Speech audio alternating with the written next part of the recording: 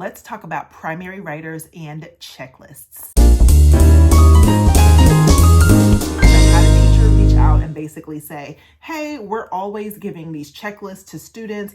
They're not really using them. They're just kind of checking everything off and then moving on. So we're going to get into why a checklist might work and why sometimes it might kind of flop and what to do about it. So if that sounds good, you know what to do. Hit the subscribe button. Okay, we're trying to grow over here. I need you to subscribe. Let's talk about these checklists. So what I often see is we will have some students and maybe we give them a writing assignment and they're supposed to like maybe respond to a prompt or whatever it is, and they get a couple sentences down.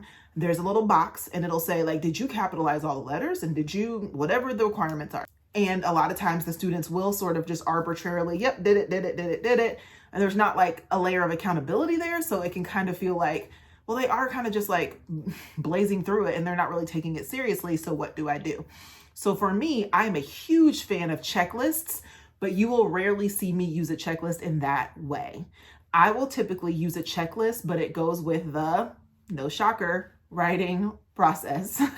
And so I love a writing process first framework. That's what I do. It's what I've sort of created my program around. And so everything is through the writing process. And so my students, instead of getting an assignment and having a checklist attached to it for just that assignment, they would get an assignment and then they would take it through the writing process, where each level of the writing process is going to have a very specific set of things that must be checked off before they can move to the next step. Now, you might be thinking, okay, that's a lot of work for one assignment. Don't forget, it can look however it needs to look on each level. So what do I mean by that? So if students are creating like bigger projects, like a book report or maybe a booklet, and it does take a lot of steps to get there, then yeah, that's going to be a bigger project where we're going to have to really like hash some things out. But if it really is more, we need them to write an opinion piece. Okay. They're still going to go through the writing process, but they're going to kind of mentally tick things off and they're going to think about what needs to happen on each step. And my students can do that because don't forget, I am process first. So my students have all memorized the writing process. If you don't know how I get that done, check out this video, check out my whole feed, because I'm always talking about my process first framework. So my students know the writing process, they know exactly what needs to be done, and they know how to abbreviate it when necessary. So they would literally sit there and I might say, okay, today we're picking a topic to write opinion pieces about. I want to know your opinion on this. And we do the whole, like, what does it mean to share your opinion, etc. And so maybe I would say something like, we're going to write opinion pieces, but it has to do with school. It can be lunch or recess or class, whatever it is. Give me your opinion. So my students who understand the writing process would think, first things first, pick an idea.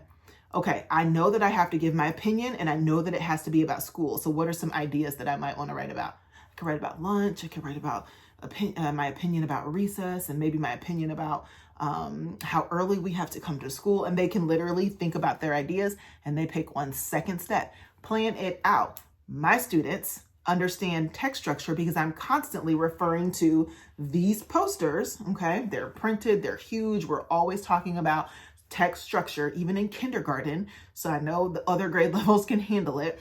So we're looking at text structure, and if they're thinking about opinions, they know opinion writing is very close to persuasive writing or an argumentative kind of writing, where there is something that we are trying to get and we have to offer reasons and support in order to get that thing. So they know I'm going to have to structure this thing with an opening, and then I'm going to have to state what I want to say. I'm going to have to give a couple reasons, and then I'm going to close it out.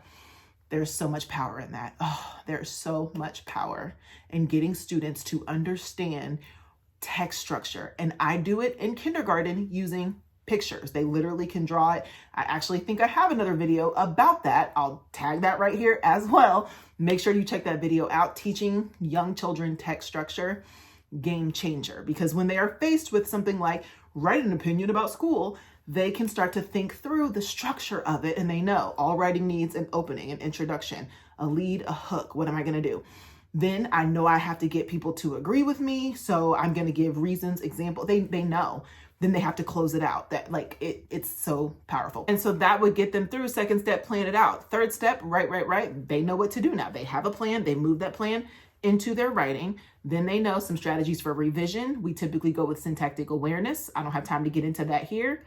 check out the rest of my feed if you want to know what syntactic awareness is. I have tons of videos, but those syntactic awareness routines turn into the best revision strategies. Then we go through some editing, right? So we're going to fix all the things and then they're going to be ready to publish. So I teach my children that those checklists on each level of the writing process are going to be the things that really hold them accountable to what they're supposed to be doing on each level. And it's just much more effective than throwing a random checklist and then just saying like, did you capitalize all your letters? I mean, some of the kids will use that, of course they will, but a lot of them will just kind of like, boop, boop, yep, check, check, did it. But for them to understand the writing process and have some steps of accountability in there by checking with the partner, by having multiple checklists that they know they need to get done, it just makes it such an amazing time for young writers because they simply know what to do. So while I may not use a generic checklist in a little box on a sheet, my checklists look more like this. Again, they go right with the writing process. These can also change. I've had some years where whatever needed to happen on each one of those steps of the writing process was something that was going to happen no matter what. Whatever kind of writing we were doing, those are the requirements. And then I would come up with a genre-specific checklist. So if it was opinion writing, I might say my lead has and it may be like a question, an interesting fact, like all those strategies that we have to teach, it would get inserted into that unit and it would be expected on a checklist for that unit. But as far as just like an arbitrary checklist that some students may use and some may not, me personally, I have not found that to be as effective as giving them mini checklists on each step that they can quickly like execute, get their work checked with a partner, and then keep it moving. If you found that helpful, you probably need to check out my Reimagine Writing program. Everything that I show on this entire channel is in one place. You can buy it all individually and piece it together, but you are going to get the best deal, by checking out Reimagine Writing. It's got everything you need: the grammar, the syntactic awareness, the editing drills, core units for kindergarten through second grade, 3rd through 5th grade units are coming.